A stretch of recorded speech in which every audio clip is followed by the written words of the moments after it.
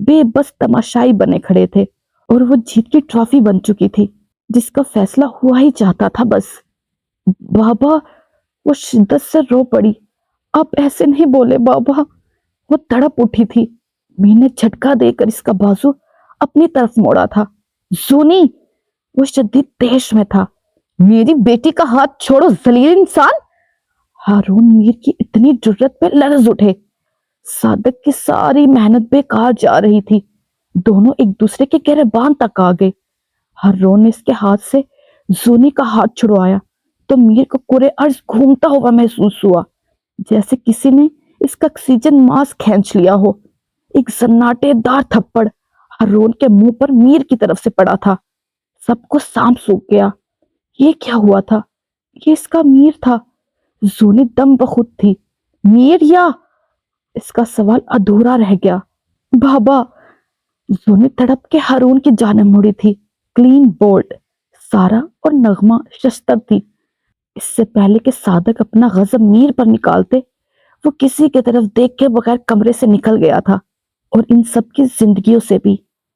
جیبے پہ بل بھی نہ آیا، گواہ کے دونوں جہاں۔ جو تو چھپنا تھا تو میں اپنی شکست مان گیا۔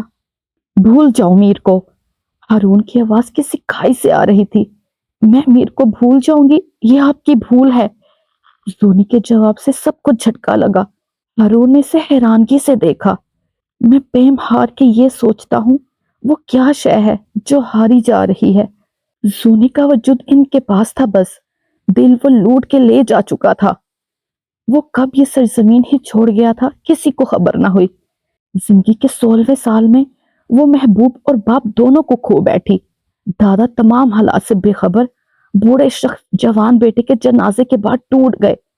عباد نے اپنی دوستی سے اس کی زندگی کا خلا پور کرنے کی بہت کوشش کی، مگر بے سود۔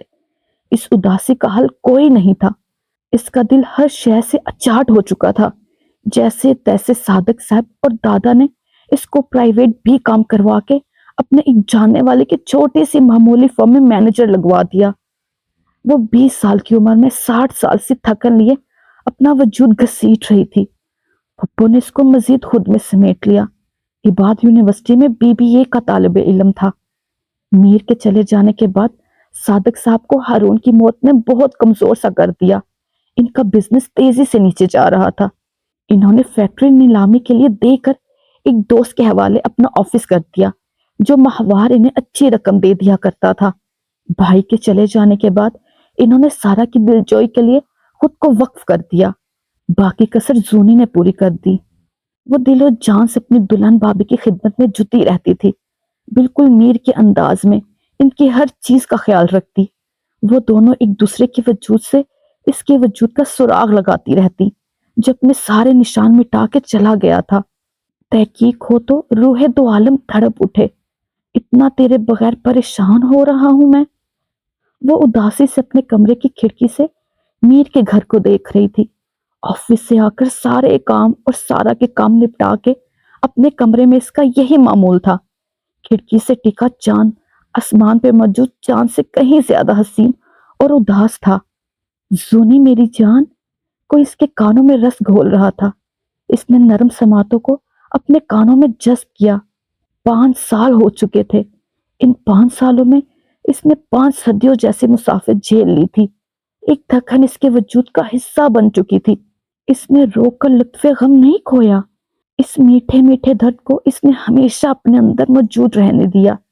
یہ غم میر کی دی ہوئی امانت تھی، اس کے محبوب کا زخم جدائی۔ ڈر سے بچھڑی گونج تھی وہ کہاں ہوگا؟ کیا اس نے مجھے یاد رکھا ہوگا، اچھے یا برے لفظوں میں؟ زون نے تھک کر کھڑکی بند کی، سوچوں کی بھی، کمرے کی بھی۔ بھاپ اڑاتا ہوا کافی کا مگ اس کے سامنے تھا۔ وہ ٹریک سوٹ میں ملبوس گھر میں داخل ہوا۔ وہ لیوا سٹار والا وقت میں سے مضبوط بنا دیا تھا۔ اس کا چہرہ پسینے سے حدت سے تمت رہا تھا۔ صحت قابل رشک تھی۔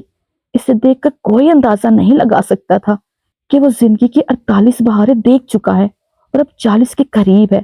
اس نے تلخ کافی اپنے اندر اڈیلی۔ ملازم ناشتہ ٹیبل پر لگا چکا تھا اور اب لان میں اس کے 3 سالہ بیٹے کے ساتھ کھیل رہا تھا، جو اس کا سب کچھ تھا۔ باری! اس نے لان کی طرف کھلنے والی کھڑکی سے ہاتھ ہلا کر بیٹے کو پکارا، بابا۔ اس نے بھی زور سے باپ کو بھرپور جوابی ہاتھ ہلایا کہ اس کے پیچھے آ کھڑی ہوئی تھی۔ یاد بھولے ہوئے لوگوں کو کیا کیا جاتا ہے؟ بھول جائیں گے تمہیں یاد کیا جائے گا۔ اس سے باری کی شرارتیں دیکھتے ہوئے کسی کی شرارت شدت سے یاد آئی۔ پیچھے کھڑے وجود سے اسے کوئی دلچسپی نہیں تھی۔ میں آج میر سے ملا۔ صادق صاحب نے کوئی دھماکہ اس کے سر پہ کیا تھا۔ سارا کی تو حالت غیر تھی۔ کب؟ کہاں؟ کیسا ہے وہ؟ انہوں نے ایک ساتھ ہی کئی سوال کر ڈالے۔ میں کسی کاغذی کارروائی کے لیے اپنے وکیل کے پاس گیا تھا تو وہیں راہداری میں اس سے سامنا ہوا۔ یقین کرو وہ بہت بدل گیا ہے۔ اس نے خود مجھے پہچان کے سلام دعا کی، مگر انداز بہت سرد تھا۔ صادق صاحب کے لہجے میں دکھ تھا۔ وہ واپس کب آیا؟ سارا کی بے قراری عروج پر تھی۔ کچھ سالوں پہلے جب انہیں اس کے باہر جانے کی خبر ملی تھی، وہ تب سے ہی بیمار رہنے لگی تھی۔ اب بھائی کی آمد سن کر وہ ساری پچھلے خوف کی دکھ بھلا چکی تھی۔ انہیں میر سے ملنا تھا بس۔ اس بار وہ بھائی کو نامراد نہیں لوٹائے گی، وہ دل میں ٹھان چکی تھی۔ جاری۔ رک جائے۔ آپ نے اس ویڈیو کو لائک کیا؟ نہیں کیا نا تو پلیز لائک کر دے، اور چینل کو سبسکرائب کیا؟ وہ بھی نہیں کیا ہوگا یقیناً، تو وہ بھی کر دے پلیز۔ اور اینڈ پہ کمنٹ کیا آپ نے؟ نظر آ رہا ہے آپ نے کمنٹ نہیں کیا، تو وہ بھی کریں تاکہ پتہ چلے یہ ویڈیو کہاں سے دیکھی جا رہی ہے۔ ٹیک کیئر، اوکے، اللہ حافظ، take care, tata, bye bye.